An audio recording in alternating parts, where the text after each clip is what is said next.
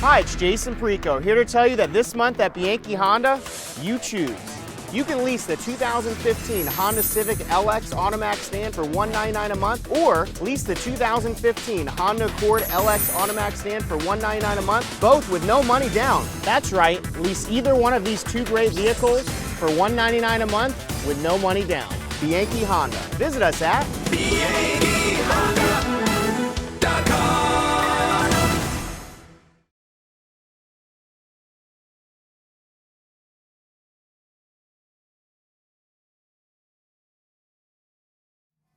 Welcome back to the Blitz, everybody. I am James R. It is Hump Day, September 23rd. Unbelievable. Takes forever to get here, and then my time of the year just flies by. But it's September 23rd, and I'll be with you until 6. It's a Wednesday, I understand that. But we have Pirates tomorrow, so we're bringing on Coach Brad Rzyczycki for the Gannon Coaches Show today. Coach, thanks for joining us. Thanks for having me, Jim. Always a pleasure. Let's just... First, take a look back at Kutztown. We talked last week. We knew you were playing a good team with good record and good stats, and you guys got it rolling.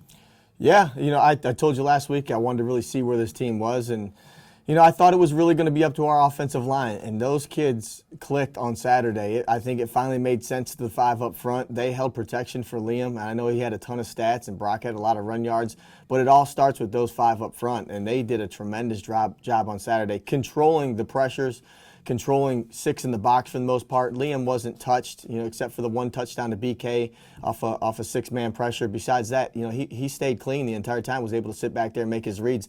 But that game was one up front, and our offensive line did a tremendous job. Yeah, I don't think we're expecting to sit here and talk about record-setting offensive statistics against Kutztown team. No, if you would have told me we were going to do that walking in there, I'd have said, I don't know, we're not there yet. But it was great to see him come out and fire. I mean, it's what we expected, and it was just a matter of time. And those kids continue to get experience in coming out and playing like that. And I mean, this was a good Kutztown team. Oh, you look at, they went down to IUP and beat them. And I told you, they scored 21 points in the fourth quarter to beat IUP. And we knew that we had to continue to score throughout that game. We did. I mean, we got up 28-0. I went for it on 4th and 1. Probably should have kicked the field goal at that point. But, 35-0 in the first half would have been nice to have. But still, 38-10 going in at halftime. We were clicking on all cylinders. And our defense did a great job of getting out there and holding a great offense at bay. First half was just so dominating. What do you tell a team at halftime? We go back and revisit the IUP game. I mean, they had a 3-score lead at halftime, IUP, and that team still came back and won the second half on them. And it was a big deal with me with these guys about putting people away once you're up. It's not something that we went down and scored on Cheney and we just we faltered after that. We went down and we had a big lead against Southern Connecticut, and then we didn't put them away. I wanted to see where this team reacted, and they came out and played the second half just like they did the first half. And made it, I think, a 66-17 game at one point. And at that point in time, we didn't throw the ball much in the second half, and we churned out clock like we have in the past, which is what I was really looking forward. Get the lead and we threw, them down. we threw one ball beyond the line of scrimmage in the second half. The rest of it was runs. We used Tyler and Brock, and we just went to work in the run game. And that's something that I was wanting to have happen too against a really good defense and a good overall team. I was really, really happy and proud of our guys on Saturday. Kutztown probably shell-shocked. Did they even look to do anything different at the beginning? They try and catch you by surprise or anything? Not really. They ran. SAC teams do what they do. Yeah, they ran their offense and defense, and schematically we thought we had some things on their defense. It's just a matter that we had to hold protection. There's some max protection stuff that we did, but those guys did a great job up front. But we thought we could take care of scheme. But you know how, Jimmy, you've been around this long enough. It comes down to execution. And our kids took the game plan and ran with it and played with some passion for 4 quarters. I was really happy about it. All right.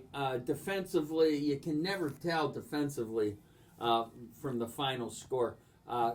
Grade your defense. Really good. We were scoring at 2-minute clips. And when it was 28-0, they had one choice to get back in the ball game. It was going to have to be throw the ball, big plays. And they got a 70-yard pass play on a bubble and go on us. They kind of got them started, made it 28-7. Was it a long pass or was it a long run? No, it was they faked the bubble off the zone play, and the number one receiver went beyond our corner, which was a valuable lesson for our defense. And that went 70 yards, but beyond that, they had to earn every other point they had. They only earned 3 points in the first half. And once you score so fast like our offense was doing, it was going to put the defense on the field in situations where the other team has got to move the football. So I think the statistics from that standpoint were a little bit blown out of proportion, especially then in the second half too, when we start getting the bench out and those things. And, our defense, I thought, played really good. It's such a morale builder to make a long trip, get a lot of guys in. The trip's coming home's fun, practice is fun. I mean, and when you don't really think that's going to happen. Oh, there's nothing better than a road win. That's my favorite thing. I mean, it was a 6-hour great trip on the way home.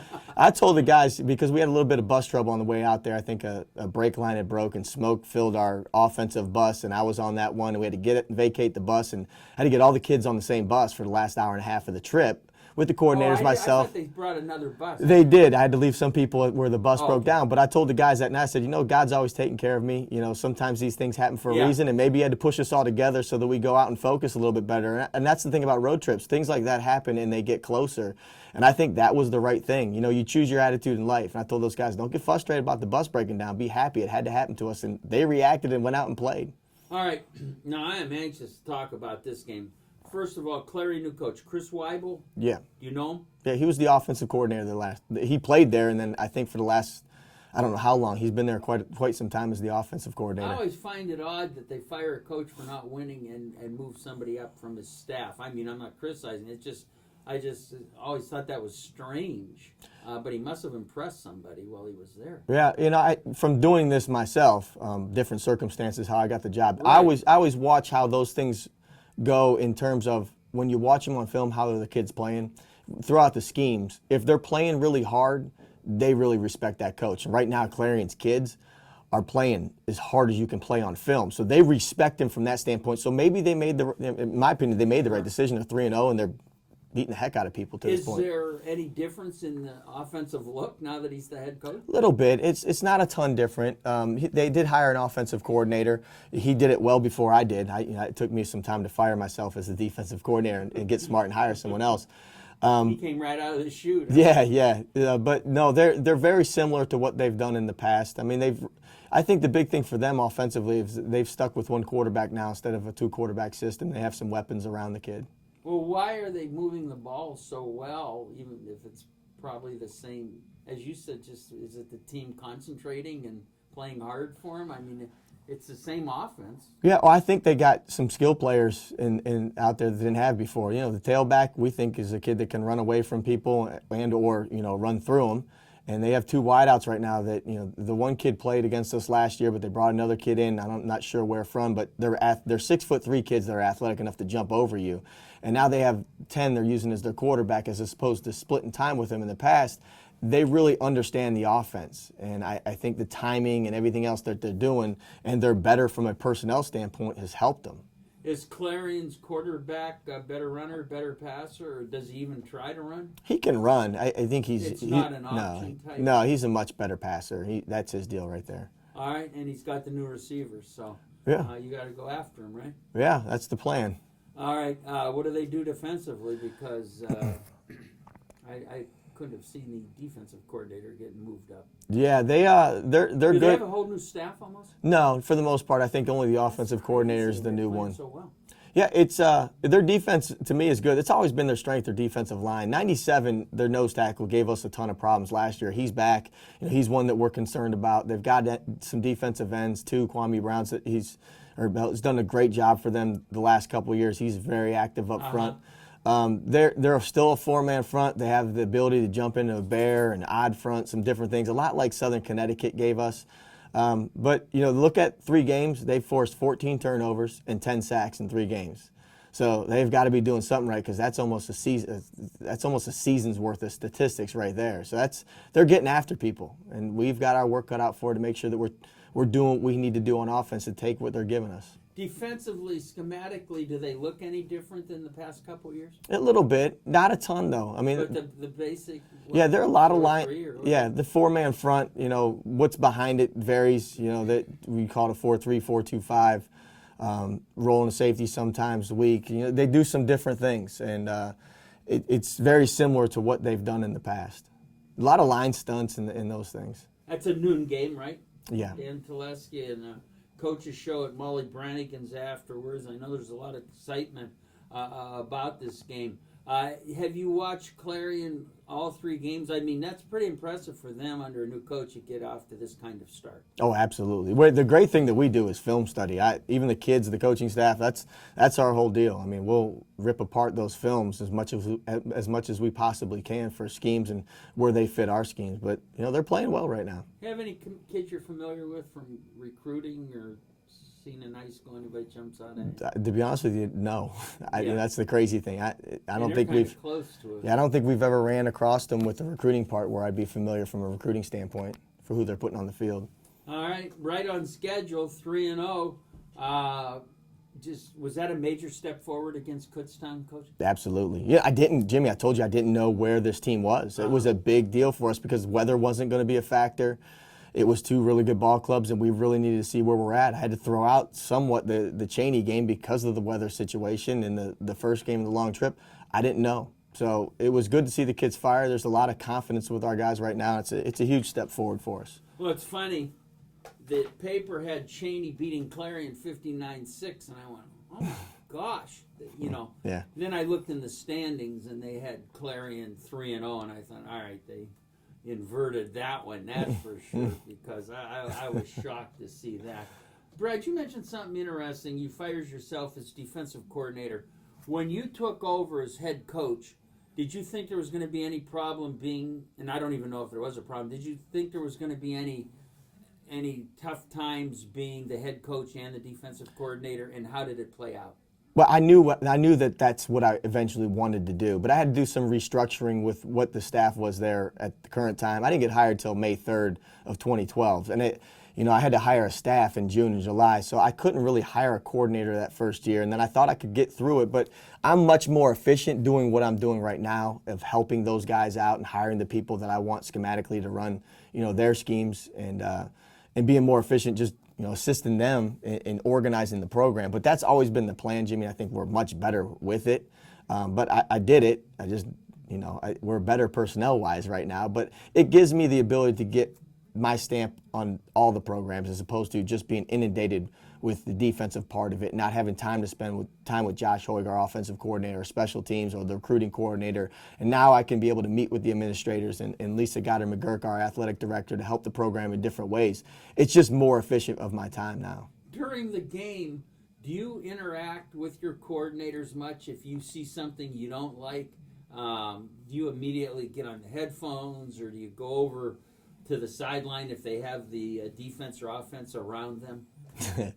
No, I don't. I really don't get in their heads too. I spend a lot of time on our offensive side of the ball with Coach Hoig, and I stay on the phones for the most part on there. But, Coach Thompson with his 3-3 stack defense, I'm not so familiar that what he is with that. You can see little things from a technique standpoint, but I spend the majority of my time with the offense trying to help Coach Hoig out. But I don't want to micromanage anybody. And those guys have adjustments in their head. They've been doing this for a long time. They're 2 of the best coordinators I know. So, I let them do their job. I don't want to micromanage what they're doing. And, I definitely don't want to step on their toes by saying the wrong thing either. So they go to work. I'm not going to micromanage. I hired them for a reason. I'm going to let them do their job. It's odd. I picture what you just said, like if I'm with another co-host and 2 of us are interviewing somebody, like if we're interviewing you, I might be leading up to a question, and then the other person will ask the question, and it's just, it's no big deal, except it's 2 people and 2 chefs, cooking one meal. And I could see, like, maybe you go over to the offensive coordinator and say, why don't you do this? And he said, well, our plan was to get to it. So, it's like 2 people there getting involved. So you can avoid that. It's especially in football game, Jimmy, when egos are extremely high. Oh, yeah. You got to check your ego at the door. Tense. Yeah, in those moments during the course of the game. And showing your character and being calm in certain situations. You've seen me on the sideline. I'm not always the calmest person in the world, but those guys are great. Like I said, I don't want to micromanage with them, and they do a great job with their schemes. How's the health of the team? Good for the most part. We have bumps and bruises. Don't know if we get some kids until Thursdays or Fridays, depending on what the injury is. And it's kind of like this every year. For the most part, football is a physical sport. And, we try to get them all out there. We got great help with, the doctors that come in and Todd Matlock that does our athletic training over there, takes care of our kids. But for the most part, we're healthy. I think we've built some depth this year where we're not in a ton of trouble with it either. As far as the red shirts and everybody, I see you don't dress your red shirts. Kids that are red shirting, correct? Yeah, I don't dress them. That's just your philosophy, or is it a rule? Well, I think we all learned our lesson a while ago. Alex Davis was a guard for us that only ended up played in 3 games for us. That I think if we didn't dress him, he wouldn't have played and we would have had his red shirt. Now, he broke his hand when he was with me, and then I medical red shirted him. But I think playing Alex Davis for 3 games wasn't a good idea at that time. I wasn't the head coach, because he would have been such a better player as his 5th year, as which he was for us. Because, unfortunately for us, he broke his hand that first year I was the head coach. So I don't dress him just to take the temptation away from the coaches. And a quick, I know this is my job and I have my opinions. Taking a look at the PSAC West, has anything caught your eye? No, I know you guys don't dwell on it, but you're a football junkie and you like to look at stuff as much as I do. Yeah, if you look at the standings, the PSAC West has been pretty competitive. We potentially have 3 games of undefeated teams. I mean, Clarion's undefeated. Then we play Slippery Rock, who's still undefeated, and Mercyhurst, who's still undefeated. So potentially we have 3 straight games of playing really, really good competition. That's the way I love it. I mean, I'm so excited for this game come Saturday because we get to play an opponent who hasn't lost a game and it's all on the line. That's why I do this. That's why I'm head coach. That's why I love the sport. But it's very competitive, and you've seen some crossover stuff with the different PSAC West teams. Again, it's really, really good football, Jimmy, and it's fun to be a part of. Want to remind the people, Love the Coaches show afterwards. We'll be doing it from Molly Brannigan's, and I felt bad the first week, man. I heard such great things. They had a great layout, and people were waiting to get there. So, when you get there, we'll have the Coaches show, and don't rush through. I mean, you know me. Yeah, I'm excited I have too. Life where I'm not going anywhere Saturday night. So. Yeah, I'm excited too. I'm anxious to see how it is over there. All right, Coach Rzyczycki, best of luck. Thanks for coming in today. Thanks, Jimmy. We'll be back.